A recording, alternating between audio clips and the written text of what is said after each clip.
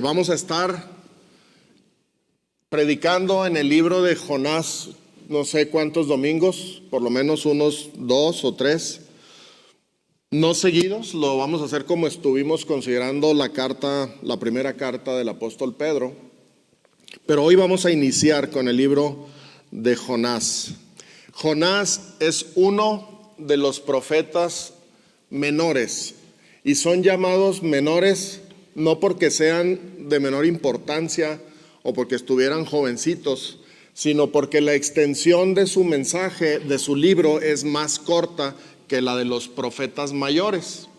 Entre los profetas mayores tenemos el caso por excelencia de Isaías, que es un profeta llamado uno de los profetas mayores porque su libro tiene 66 capítulos. En el caso de Jonás, nada más tiene 4 capítulos. Por eso es un profeta menor, porque tiene poca extensión su libro, su mensaje. Pero estos 4 capítulos nos presentan una fascinante historia. Una fascinante historia en la que el mismo profeta Jonás es el protagonista.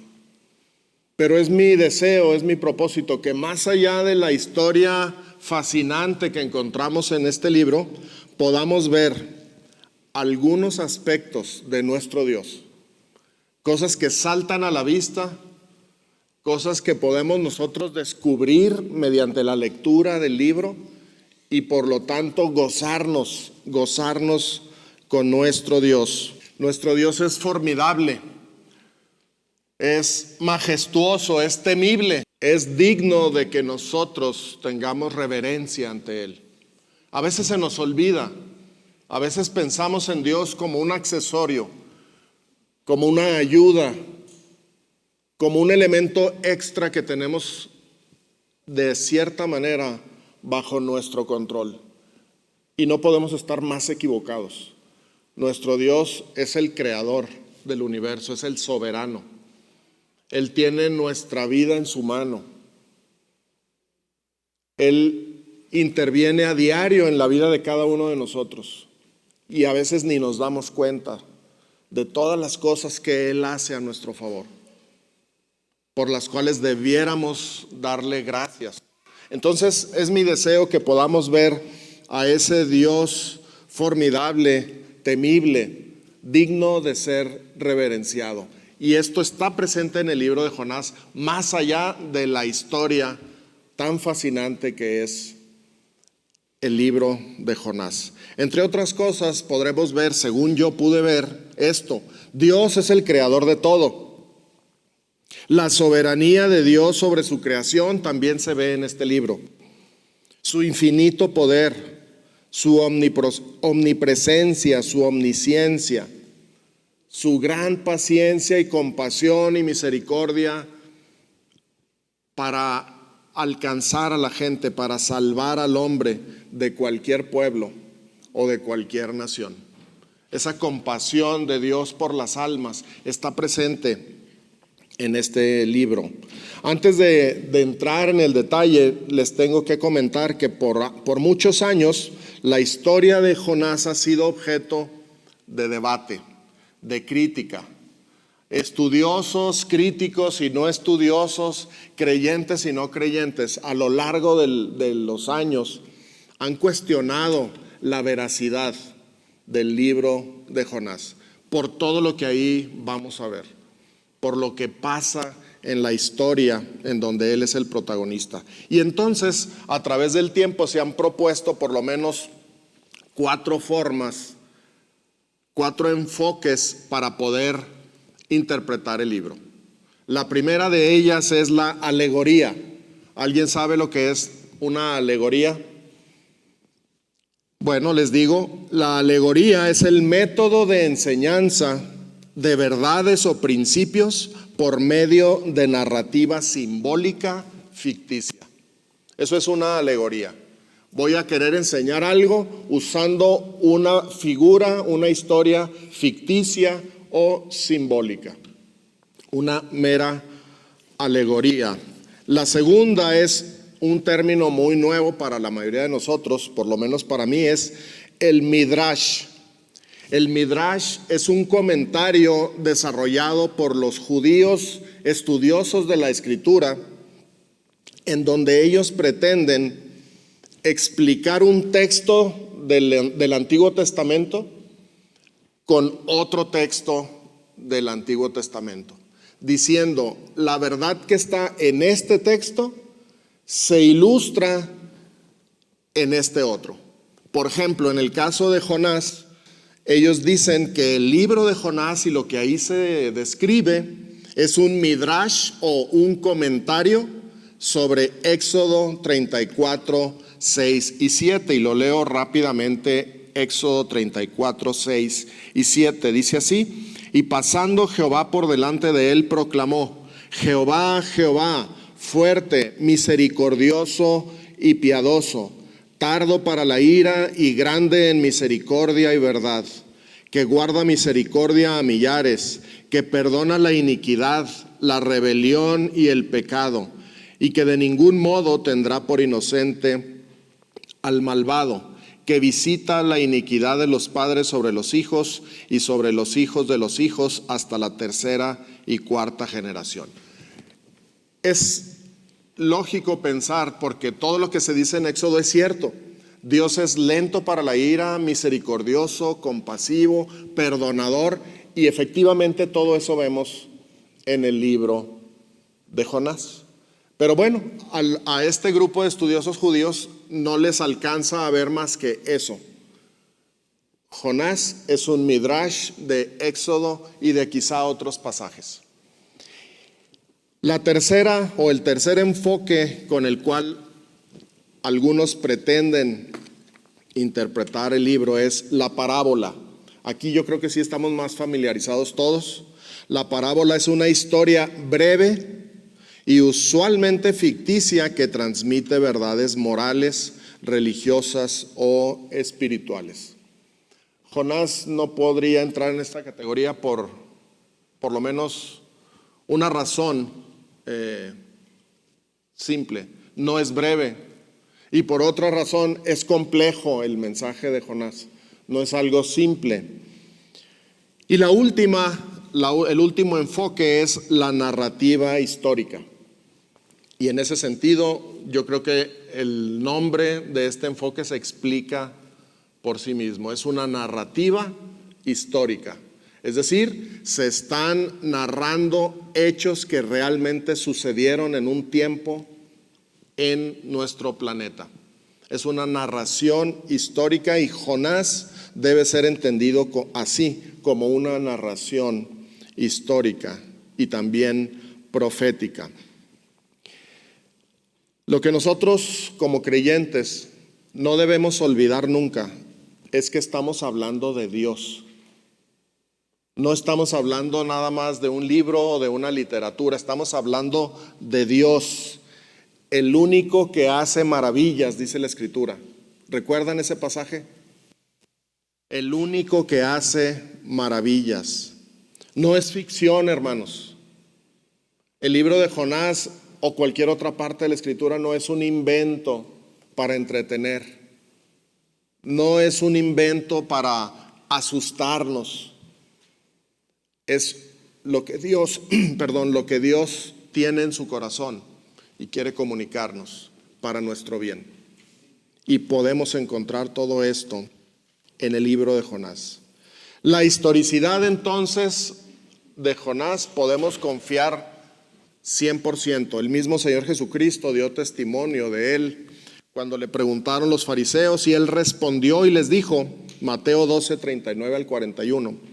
La generación mala y adúltera demanda señal, pero señal no le será dada sino la señal del profeta Jonás. Porque como estuvo Jonás en el vientre del gran pez 3 días y 3 noches, así estará el Hijo del Hombre en el corazón de la tierra 3 días y 3 noches. Los hombres de Nínive se levantarán en el juicio con esta generación y la condenarán, porque ellos se arrepintieron a la predicación de Jonás, y he aquí más que Jonás en este lugar. Hermanos, nuestro Señor Jesucristo es mucho más que Jonás. ¿Alguien está de acuerdo con eso? Nuestro Señor Jesucristo es mucho más que Jonás, mucho más que nosotros, mucho más que los eruditos, mucho más que cualquier cosa que nos podamos imaginar. Él es Dios, Él es nuestro creador. Y yo quiero invitarlos entonces a gloriarnos en esta mañana, gloriarnos en nuestro Dios. Enorgullecernos de nuestro Dios es lo que quiere decir también la palabra gloriarnos en Él, jactarnos en Él, presumirlo, porque Dios es digno de ser comunicado a todo el mundo. Gloriarnos en nuestro Dios mientras descubrimos sus virtudes, sus excelencias en esta historia. ¿Les parece? Oremos. Bendito Señor, gracias porque tú eres Dios. Y nosotros queremos que esa verdad esté presente en cada respiración de nuestro ser. Saber que respiramos porque tú sustentas nuestra vida. No necesitamos nosotros, ya como creyentes, ya como redimidos, ya como renacidos por tu grande misericordia, no necesitamos más demostraciones, ni de la ciencia, ni de los arqueólogos, ni de los historiadores. Nos basta con saber que has hecho nuevo nuestro corazón. Nos basta con saber que tú moras en nosotros, porque dijiste que tu Santo Espíritu mora en nosotros.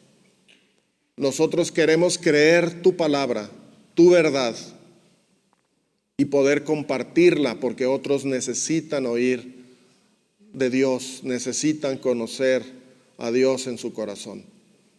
Yo te ruego, Señor, que en esta mañana, en esta hora, tú abras nuestro corazón y nos des ojos claros para poder ver tu grandeza, tu majestad, cómo intervienes cada día y en cada situación, y cómo tu voluntad se cumple, Señor. Pero también que nos permitas ver que tú eres paciente y que tienes en tu corazón el deseo de que ninguna persona perezca, sino que todos procedan al arrepentimiento, que pidan perdón por sus pecados delante de ti, para que tú les des vida eterna, Señor. Yo te ruego por todas las personas aquí presentes que todavía no han rendido su corazón delante de ti, que lo hagan hoy. Que tú abras su corazón para que tu palabra entre y ellos puedan decir: sí, yo te creo, Señor. Yo creo que soy pecador y que mi pecado me separa por la eternidad de tu presencia. Por eso te ruego que me perdones, porque sé que tu Hijo amado Jesucristo fue a la cruz cargando mi pecado para clavarlo ahí, para darme vida. Señor, y a los que ya hemos hecho esta decisión hace algún tiempo, te ruego que avives nuestra fe, que avives nuestra vida para que podamos darte gloria dando testimonio de ti, hablando de tu palabra a otra gente, viviendo dignamente conforme a la vocación con que fuimos llamados, Señor. Bendito sea tu nombre, en Cristo Jesús. Amén. Jonás, el profeta que quiso huir de la presencia de Dios. Ese es el título de la predicación. Vamos al primer versículo, primero y segundo versículo. Dice: vino palabra de Jehová a Jonás, hijo de Amitai, diciendo: levántate y ve a Nínive, aquella gran ciudad, y pregona contra ella, porque ha subido su maldad delante de mí. Inicia con una instrucción, una orden muy clara, muy precisa. Levántate y ve a Nínive y predica, pregona contra ella. Hermanos, ese simple inicio nos debería decir: ¿quién puede hablar así? ¿Quién puede hablar así con esa autoridad? Solo Dios. Yo no le podría decir: Alcides, levántate y ve a la farmacia. No, le tendría que pedir un favor. Oye, Alcides, ayúdame, me duele la cabeza, podrías ir. Dios es soberano y Él es el creador de cada uno de nosotros y sus siervos le obedecen. Levántate, Jonás, levántate y ve a Nínive y pregona contra ella. Ese es el mensaje directo, claro. Eso para mí me habla de la soberanía de Dios. En el momento en que Él lo decide, en el momento en que Él lo quiere, puede decirte, levántate y haz esto. Así como a Jonás, también nos dice a nosotros. Pero vemos algo más todavía. Él conoce tanto a Jonás, conoce a los habitantes del pueblo de Nínive, conoce el pecado de Nínive perfectamente, de tal manera que le dijo a Jonás, ve y pregona contra Nínive, aquella gran ciudad, porque su pecado, su maldad ha subido delante de mí. Ahí veo yo la omnisciencia de Dios. Él conoce a Jonás. No dijo, ¿a quién voy a decirle que me haga el favor de ir a...? No, él dice, Jonás es mi profeta. Y es mi profeta en Israel, en el reino del norte, y lo voy a mandar a Nínive para que predique ahí. No fue por un profeta que estaba profetizando en el reino del sur, allá en Judá. Fue por un profeta del reino del norte, muy cercano a Nínive.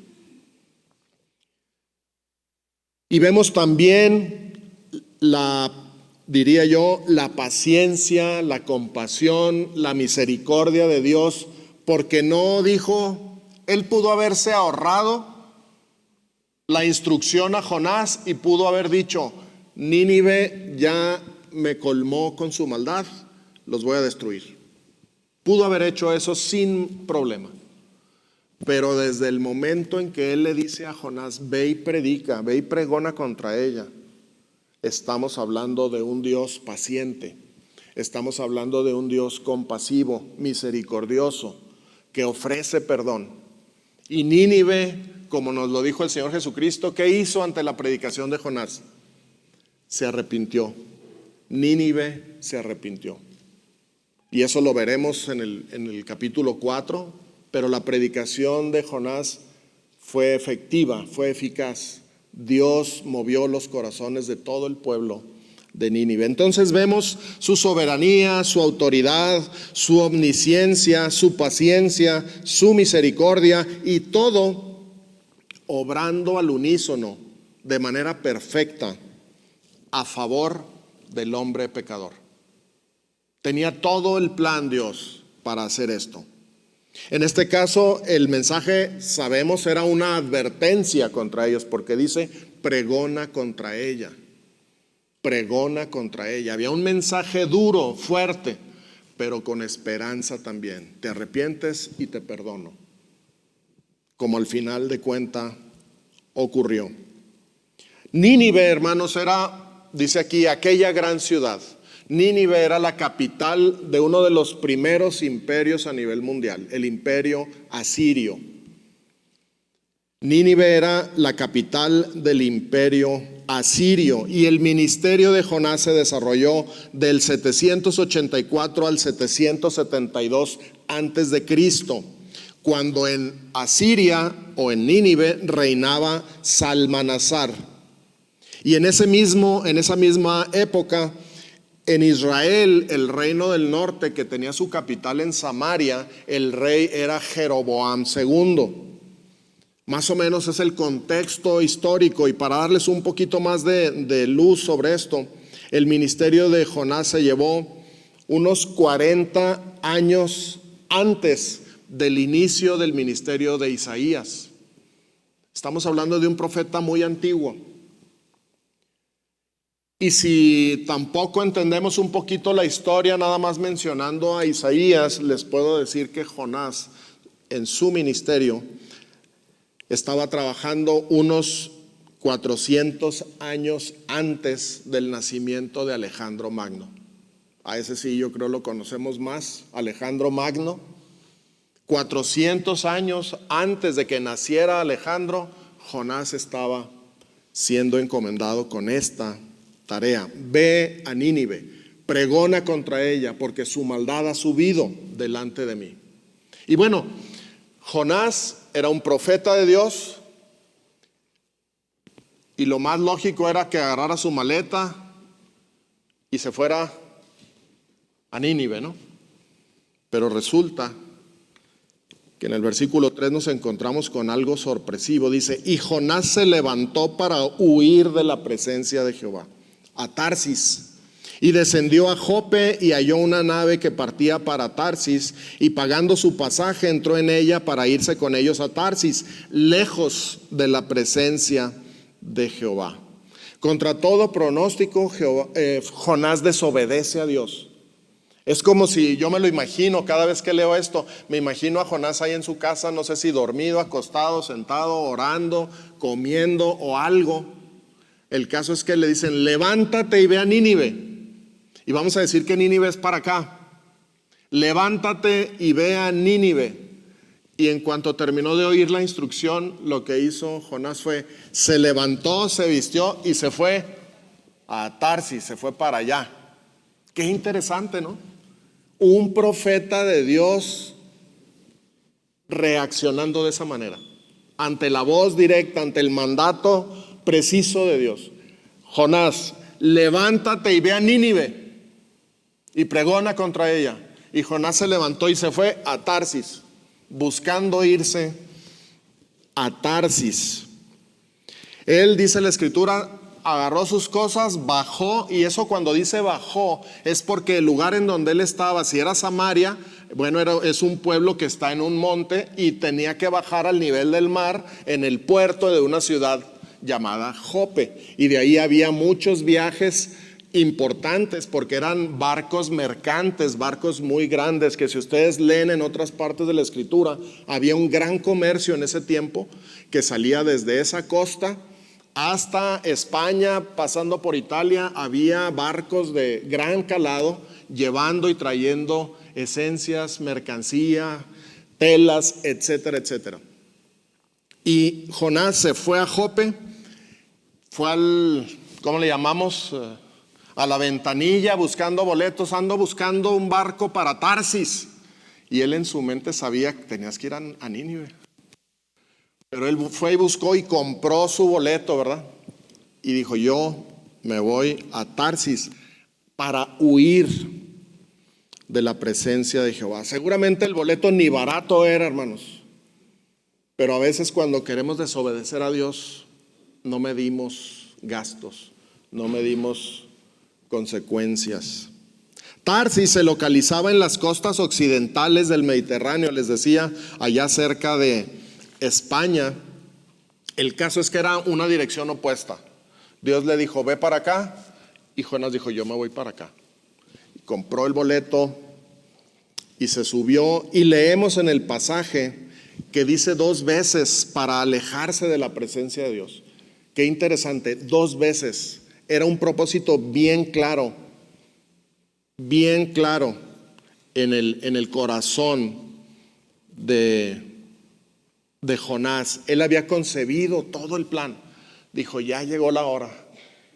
Me está diciendo Dios que haga algo que yo no quiero hacer. Me voy a ir a esconder hasta lo más lejano, porque Tarsis, al estar por aquellos rumbos de España, era el lugar al occidente más lejano que en ese tiempo la gente tenía. No conocían más allá.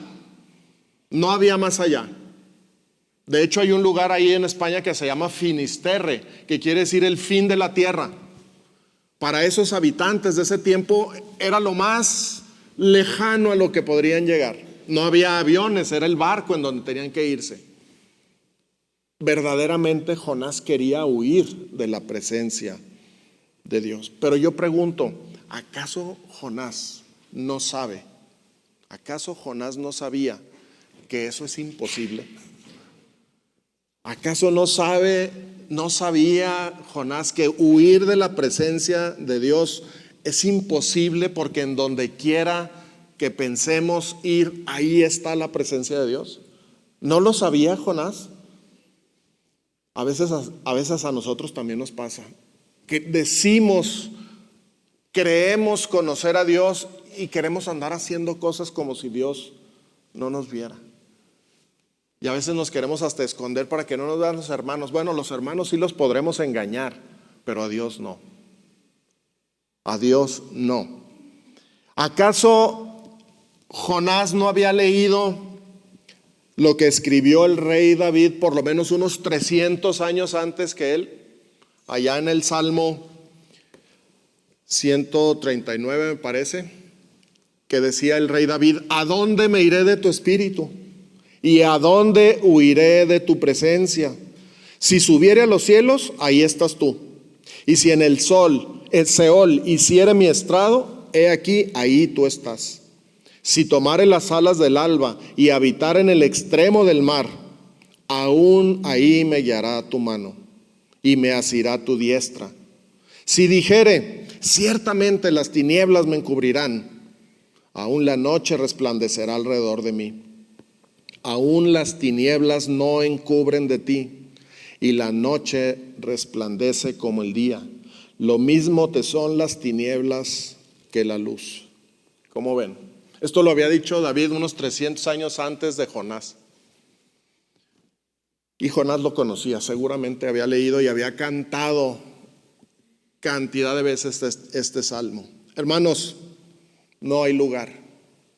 No hay lugar en todo el universo en el que la presencia de nuestro Dios esté ausente. Si tú habías pensado algún día, yo me voy a ir a esconder al lugar más recóndito para poder huir de la presencia de Dios, es imposible. No gastes tu dinero en boletos caros, no es posible.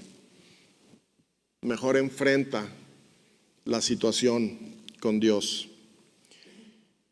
La carta a los Hebreos nos dice, para rematar este concepto de la omnipresencia de Dios: y no hay cosa creada que no sea manifiesta en su presencia.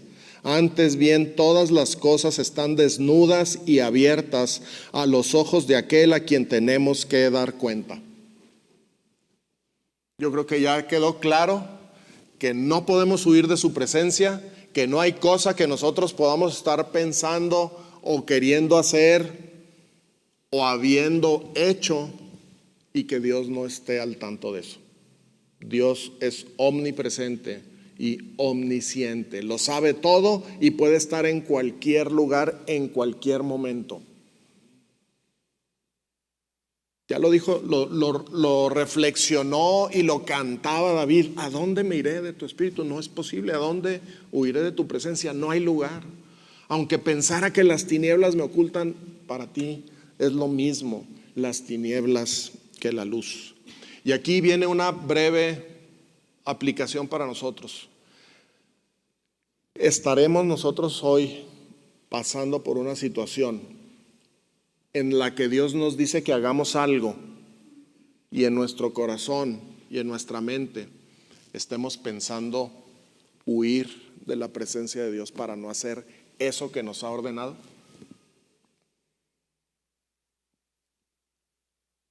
¿Alguna vez has estado en esa situación, hermano? Porque quiero insistir, huir de la presencia de Dios es imposible. ¿Habrá algún pecado en tu vida del cual tienes que pedir perdón? No solo a Dios, sino a la persona que ofendiste. Y Dios quiere que perdones, porque Dios es perdonador. Y Dios quiere que perdonemos como Cristo nos perdonó a nosotros. ¿Habrá algo que tú sabes que has hecho contra alguien y por lo tanto tienes que ir a pedir perdón y no lo has hecho todavía? Pensando que yo puedo huir, yo me puedo escapar, traigo un carro muy rápido, muy veloz. O yo me encierro en mi trabajo con mis audífonos y llamadas todo el día y Dios pues se queda fuera. Es imposible, hermano, huir de la presencia de Dios. O quizá tú debes perdonar a alguien que te ha herido, que te ha lastimado. pero tu orgullo, tu coraje, no te permite perdonar.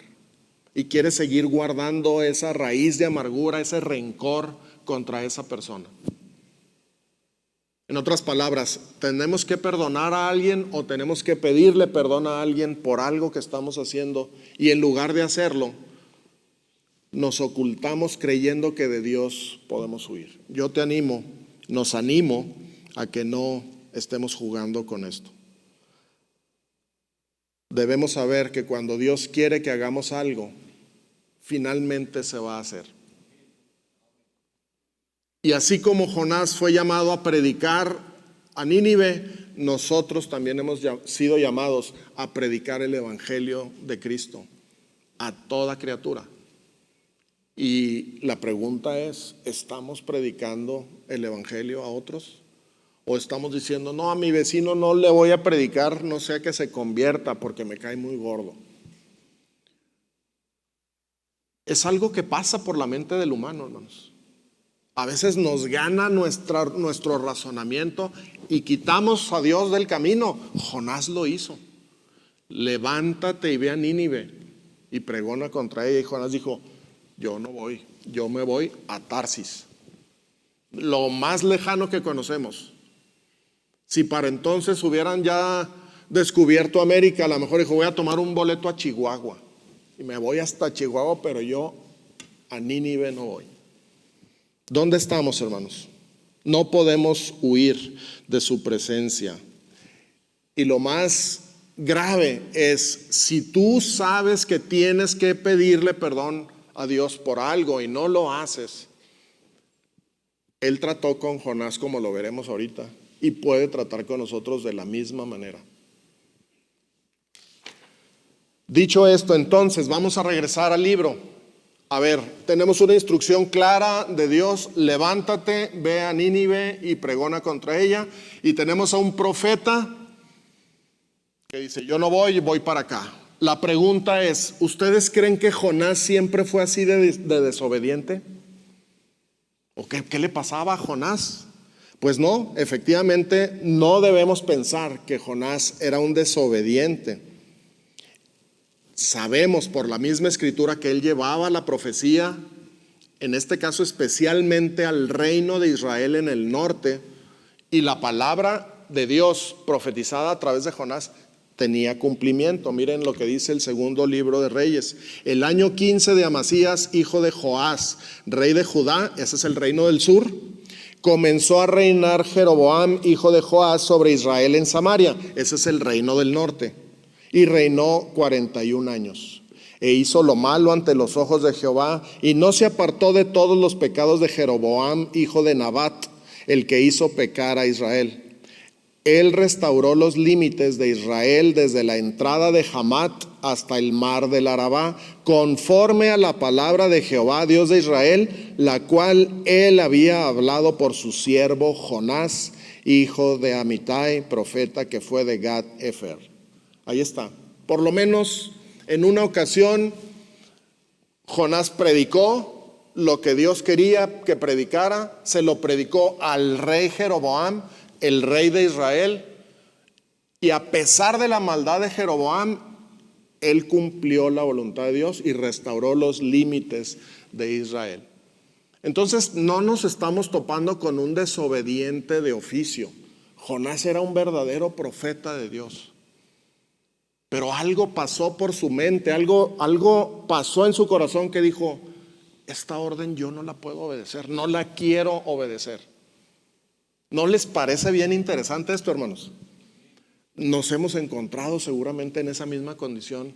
Cuando abrimos la Biblia y dice aquí, no se ponga el sol sobre vuestro enojo. Airaos, pero no pequéis. Sé que es para mí, pero yo estoy bien enojado ahorita. Y nada me va a hacer cambiar. ¿No les ha pasado eso? A mí me ha pasado muchas veces. Hermanos, estamos pecando ahí. Airaos, pero no pequéis, ni deis lugar al diablo, dice ahí. En lugar de eso dice, ve y pide perdón. O ve y perdona si alguien viene a pedirte perdón. Es la misma situación. Nos pasa muy seguido. Y un campo de experimentación propicio para esto, ¿dónde es? En la casa, en el matrimonio. Y todavía más cerquita, con la esposa. Y ahí estamos gritando y ladrando y yo tengo la razón. Y entonces, ¿qué pasa? Jonás no era un desobediente de oficio. Debemos de preguntarnos qué motivó a Jonás. No para justificar a Jonás, sino para entender su razonamiento. Y eso lo vamos a ver a detalle en el capítulo 4. Pero hay razones que él tuvo y hay razones que podemos entender. Hay una razón que él tuvo y que nos asombra, pero hay otras razones que él tuvo y que podemos entender como humanos. Pero lo quiero dejar en suspenso para la siguiente, porque vamos a ver cómo respondió Dios. Dios le dio una orden, ve a Nínive, y Jonás, ¿qué dijo? Yo me voy a Tarsis. ¿Cómo reaccionó Dios? Pero Jehová hizo levantar un gran viento en el mar, y hubo en el mar una tempestad tan grande que se pensó que se partiría la nave. Y los marineros tuvieron miedo y cada uno clamaba a su Dios, y echaron al mar los enseres que había en la nave para descargarla de ellos. Pero Jonás había bajado al interior de la nave y se había echado a dormir. Y el patrón de la nave se le acercó y le dijo: ¿qué tienes, dormilón? Levántate y clama a tu Dios. Quizá Él tendrá compasión de nosotros y no pereceremos. La misma instrucción, ¿verdad? Ahora del patrón de la nave: levántate. Lo mismo que le había dicho Dios. Hermanos, aquí podemos ver con tremenda claridad la soberanía de Dios como creador. Vas para allá en el barco, ya vi el barco en el que vas, Jonás, ya vi que te fuiste a los dormitorios ¿Y qué dijo Dios? Le habló al mar, le habló al viento, le dijo al viento: a ver, sopla un poquito aquí para que levantes una tempestad. Yo no sé en qué idioma le habla Dios al viento. Seguramente no en español. Yo no sé en qué idioma le habla al mar. Pero le obedecieron. Dijo que se levante una tempestad, y el viento empezó a soplar y el mar empezó a embravecerse, y dice que hubo una tempestad tan grande que se pensó que partiría la nave. Y los marineros tuvieron un gran miedo. Y Jonás pensaba: yo me meto al sótano del barco y me voy hasta Tarsis y ya huí de la presencia de Jehová. Pues no, Jonás, se te olvidó que Dios creó el mar, que Dios creó el viento y que le obedecen. A Jonás le dijo: levántate y ve y predica, y él no, pero al viento le dijo: sopla, y de inmediato levantó una tempestad impresionante, terrorífica. Dios mostró todo su poder y dominio sobre su creación. ¿No lo ven aquí? Dios es soberano, hermanos. Él reina. Él tiene autoridad aún sobre el viento. A veces nosotros decimos: qué feo día con el viento. Pues sí, nos molesta el viento, pero Dios manda al viento. Hoy en día, y seguramente a través de las épocas ha sido lo mismo, pero hoy en día vemos muchos desastres naturales, ¿no? Escuchamos en las noticias que se inundó tal ciudad, que tembló en tal otra, que un volcán está haciendo erupción, y etcétera, etcétera, etcétera. Dios está detrás de todo eso. Y necesitamos entenderlo y creerlo. Él es el creador y su creación le obedece y tiene propósitos. Y lo vemos en la Escritura. En algunas ocasiones Él dice: yo le doy vida a esa semilla para que produzca fruto y para que todo el pueblo pueda comer. Y en otras ocasiones dice: voy a evitar que crezca fruto, y viene una sequía y viene una hambruna porque tengo un propósito particular. ¿Recuerdan cuando estudiamos el libro de Ruth? Cómo se fue Noemí de ahí de su casa porque había hambre en toda la tierra. Y después ella escuchó que Jehová tenía misericordia y había hecho otra vez que brotara el grano y llegara alimento para todos ellos. Hermanos, nuestro Dios es el creador, y no es nada más un creador ocioso, es un creador activo, y su creación le obedece al pie de la letra. El viento, el mar, y ahorita veremos quién más le obedeció. Amén, el único y sabio Dios, el único Dios vivo y verdadero. Ese es nuestro Dios, hermanos. El Dios que creó y que reina y que es infinito, decíamos ahorita en los cantos. El infinito Dios no tiene fin, es eterno, no cambia, es inmutable. Y eso nos debería de dar paz, porque si Él ofrece perdón a través de Cristo Jesús, eso no lo va a cambiar. No va a decir, no, ya me cansé de esa oferta, ahora voy a hacer otra. No, Él es inmutable y Él es veraz. Ese es nuestro Dios.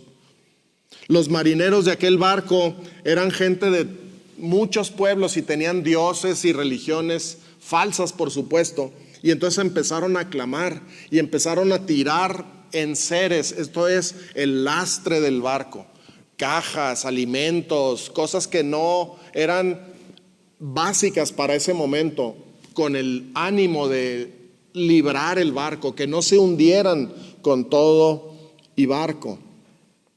Y Jonás, bien, dormido, allá en un camastro quizá, pero qué duro cuando el capitán del barco le dijo, levántate, dormilón, ¿qué estás haciendo aquí que no estás viendo que estamos a punto de morir? Clama a tu Dios a ver si tiene misericordia de nosotros. Y luego que lo llevó a Jonás con toda la demás tripulación, con los marineros, le dijeron cada uno a su compañero, venid y echemos suertes para que sepamos por causa de quién nos ha venido este mal.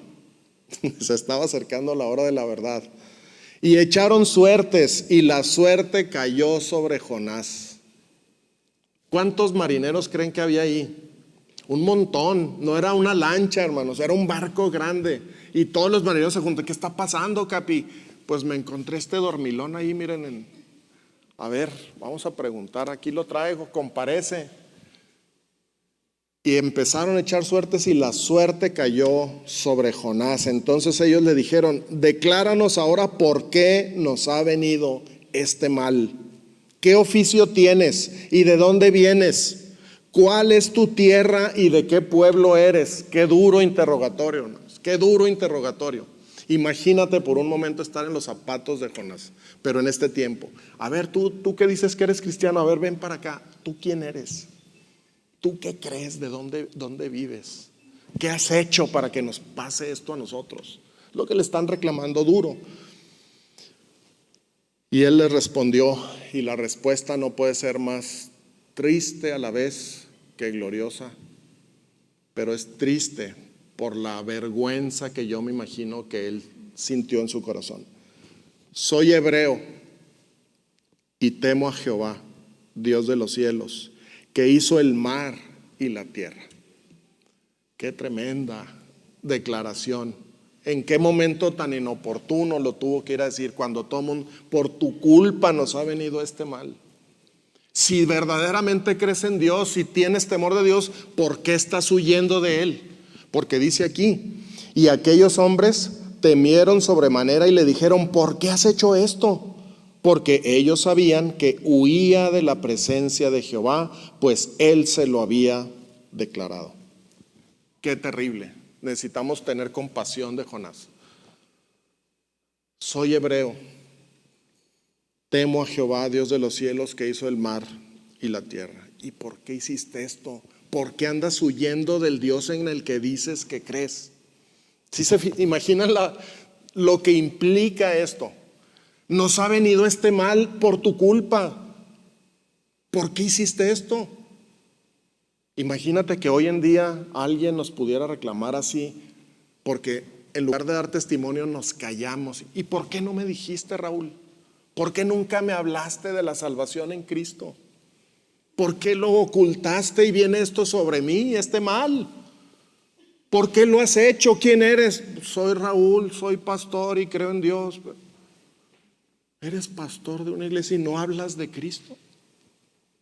¿Eres el miembro del líder de alabanza o alguien y no hablas de Cristo? ¿Eres maestro de escuela dominical y no? ¿Eres creyente de tantos años y nunca me has hablado de tu Señor en quien dices creer. ¿Por qué has hecho esto? Tremendo, tremendo. Y los marineros fueron realmente muy llenos de gracia también, porque ellos echaron suertes y esa era una costumbre muy arraigada en ese tiempo. ¿Se acuerdan ustedes cuando los soldados romanos echaron suertes sobre la túnica de nuestro Señor? A ver quién se quedaba con ella. Y también recordemos cuando los discípulos, los apóstoles, echaron suertes para ver quién iba a sustituir a Judas. ¿Se acuerdan? Y la suerte cayó sobre Matías. Ahí está Matías.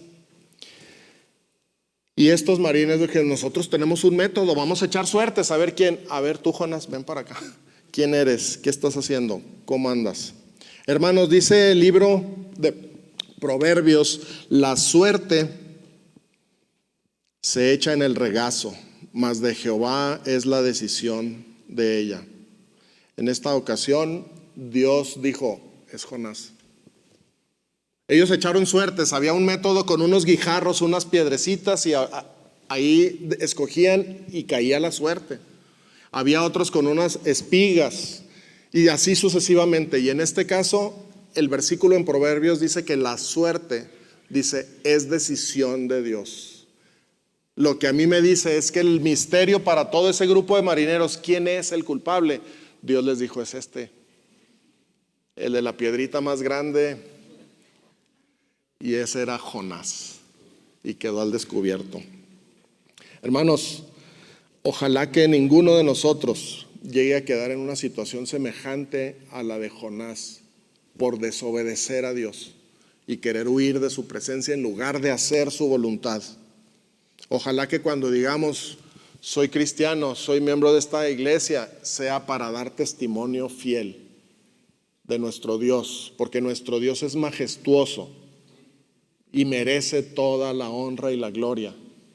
Y nosotros somos llamados a eso, a darle gloria y honra, a exaltar su nombre, a proclamar su fama, a declarar sus obras, a decirle a la gente, acércate a Dios, en Él hay perdón de pecados.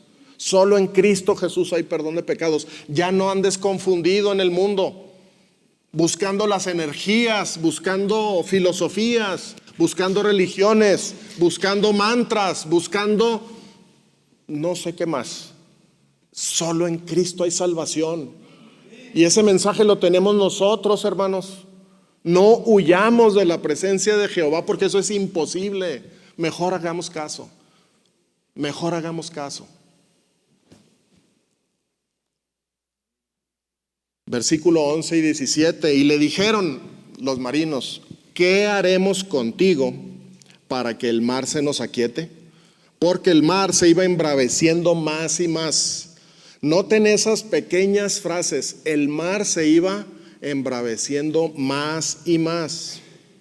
Y cuando dice para que el mar se nos aquiete, ellos estaban sufriendo las consecuencias directamente de la desobediencia de Jonás. Y él les respondió, tomadme y echadme al mar, y el mar se os aquietará. Si lo notan, no está diciendo el mar se nos aquietará, porque también para él era, ¿verdad? Era un perjuicio estar ahí también en el barco, pero él dice, se les aquietará. O sea, el mal estaba cayéndoles a ellos por culpa de él.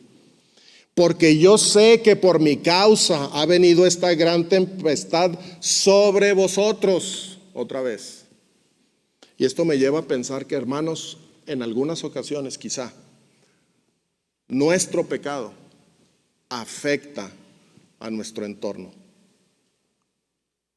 Nuestro pecado, nuestra desobediencia en ocasiones puede estar afectando la vida de nuestra familia, de nuestra iglesia, de nuestra comunidad, de nuestros amigos. Más vale ponernos a cuenta con Dios. Jonás lo tenía claro, esto es por mi culpa y les ha venido a ustedes esto por mi culpa. Y aquellos hombres trabajaron para hacer volver la nave a tierra, mas no pudieron porque el mar se iba embraveciendo más y más contra ellos. Otra vez. Y fíjense, la instrucción de Jonás era: tómenme y arrójenme al mar y se les va a terminar la calamidad. Ellos actuaron con mucha misericordia porque no hicieron caso de inmediato. Dice aquí que siguieron tirando lastre, quitando cosas, pero era inútil. Y fíjense lo que pasó. Entonces clamaron a Jehová y dijeron: te rogamos ahora, Jehová, que no perezcamos nosotros por la vida de este hombre, ni pongas sobre nosotros la sangre inocente, porque tú, Jehová, has hecho como has querido. La voluntad de Dios se cumple, hermanos. Él hace todas las cosas conforme al designio de su voluntad. Y no hay nadie ni nada que le diga: ¿por qué hiciste esto? No hay nadie que le pida cuentas a Dios. Él es soberano. Y los marineros lo entendieron: sabemos que tú has hecho como has querido. Y cuando le dicen: no pongas sobre nosotros la sangre inocente, estaban diciendo: no nos tomes en cuenta que vamos a aventar a tu siervo al mar y se va a morir.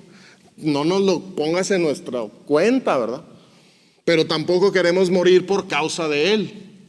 Por eso te rogamos, oh Jehová. Se olvidaron de sus dioses, que no habían podido hacer nada. Conocieron al verdadero Dios de una manera formidable, totalmente inesperada. Bueno, no busquemos andar actuando como Jonás para que otros lo conozcan, Mejor obedezcamos. Y finalmente, cuando vieron que era inútil su esfuerzo y que no bastaba tirar las cosas del barco, tomaron a Jonás y lo echaron al mar. Y el mar se aquietó de su furor. Y temieron aquellos hombres a Jehová con gran temor, y ofrecieron sacrificio a Jehová e hicieron votos. Y viene otra cosa sorprendente, y vamos a dejar ahí a Jonás estos días adentro del vientre del gran pez, porque dice: pero Jehová tenía preparado un gran pez que tragase a Jonás. Y estuvo Jonás en el vientre del pez 3 días y 3 noches. Impresionante. A ver, estamos hablando del mar Mediterráneo, embravecido. Y en la primera instancia los marineros tiraron un montón de enseres, ¿se acuerdan? Antes de estos versículos. ¿Qué iba en esos enseres? Seguramente iba comida, bebida, ropas, grano, etc. ¿Quién se juntó abajo al ver esa bonanza? Seguramente peces, tiburones, cachalotes, pulpos, mantarrayas, lo que usted quiera. Oye, pues me están aventando grano de aquí, pues gratis a comer. Y pasó otro y siguieron tirando cosas. Pero de todos esos seres del mar que estaban alrededor, Dios tenía preparado uno. Y también a ese gran pez le dijo: tú espérate aquí, en este punto. De todo el Mediterráneo, ese gran pez estaba listo ahí. Dijo: y te va a caer un hombre que es mi profeta. Qué tremendo, ¿verdad? ¿Sabes qué? Yo no sé, como les decía, no sé en qué idioma les hable Dios a sus criaturas. Los científicos críticos de esta historia dicen: es imposible que un hombre entre a una ballena, que sería un animal lo suficientemente grande, y que pueda vivir. Y hasta dicen: mira, la ballena jorobada, sí tiene unas fauces enormes y perfectamente cabe un hombre, pero tienen el tracto digestivo tan angosto que no cabe por ahí un hombre. Pero en los últimos descubrimientos dicen: ¿sabes qué? Pero hay el cachalote macho, que mide como 18 o 20 metros de longitud, perfectamente le entra a un hombre hasta el estómago, sin problema. Nosotros no necesitábamos esa explicación científica del gran cachalote. Nosotros sabemos que si Dios dice que Él preparó un gran pez para que se tragase a Jonás y que lo mantuviera vivo 3 días y 3 noches, eso es cierto, hermanos. Eso es cierto. Nuestro Dios es todopoderoso. Y este pez, dentro de todos los demás que estaban ahí, nada más este pez sabía su misión. Y él se puso ahí listo y cayó Jonás y como un dulcecito ahí quedó. Y pasó 3 días y 3 noches. Hermanos, les voy a dejar, el tiempo se nos fue, pero les voy a pedir que lean todo el libro de Jonás muy rápido, en 10 minutos lo leen, pero que vayan descubriendo cosas como esta. Dios tenía preparado. Y empieza desde el versículo 4, pero Dios mandó al viento que levantara una tempestad, su creación le obedece. Su creación le obedece al pie de la letra y de inmediato. No dijo el viento, espérame, es que ando dando vuelta por acá donde... No. El viento le obedeció a Dios y levantó una gran tempestad. Y luego le dice al gran pez, prepárate porque quiero que recibas a mi siervo. La muerte de Jonás era segura, hermanos, pero Dios tenía preparado un gran pez. Y entonces busquen eso, ¿qué tenía preparado? ¿Qué más tiene preparado Dios en este libro? Tiene por lo menos otras 2 cosas preparadas que nos dan total seguridad de que Dios gobierna en su creación. Y su creación, desde el mar inmenso como el Mediterráneo, o el viento tan poderoso que lo hemos sentido en estos últimos días, hasta el más pequeño de los gusanos puede y hace caso cuando Dios le encomienda una tarea. La creación fue hecha por Dios y le obedece. Y ustedes recuerdan el pasaje allá en Mateo 8:27 cuando dice, alguien preguntó, ¿y qué hombre es este que aún los vientos y el mar le obedecen? ¿Se acuerdan de ese pasaje? ¿Qué hombre es este? ¿Quién es ese hombre, hermanos? Es el Señor Jesucristo, hermanos, nuestro Dios, nuestro gran Dios y Salvador. A Él le obedecen el mar, el viento, los animales, y tristemente a veces nosotros nos tardamos en obedecerle. Que no sea ese tu caso, que no sea esa nuestra habitud, que no estemos siempre poniendo peros y no obedeciendo a Dios. Y vamos a terminar con estas reflexiones que las hemos repetido durante el mensaje. Dios es soberano, es el creador y su voluntad se cumple siempre. Él es paciente y misericordioso. Su creación le obedece al pie de la letra, sea el viento, sea el mar o un gran pez, una calabacera o un gusano. Consideremos nuestra vida, hermanos. Considera tu vida. ¿Estamos tratando de huir de su presencia, desobedeciendo en algo? Otra vez, no nos engañemos a nosotros mismos. Es imposible huir de la presencia de Dios. En su lugar, acerquémonos a Él con temor reverente. Él es Dios, hermano. Él es grande en misericordia.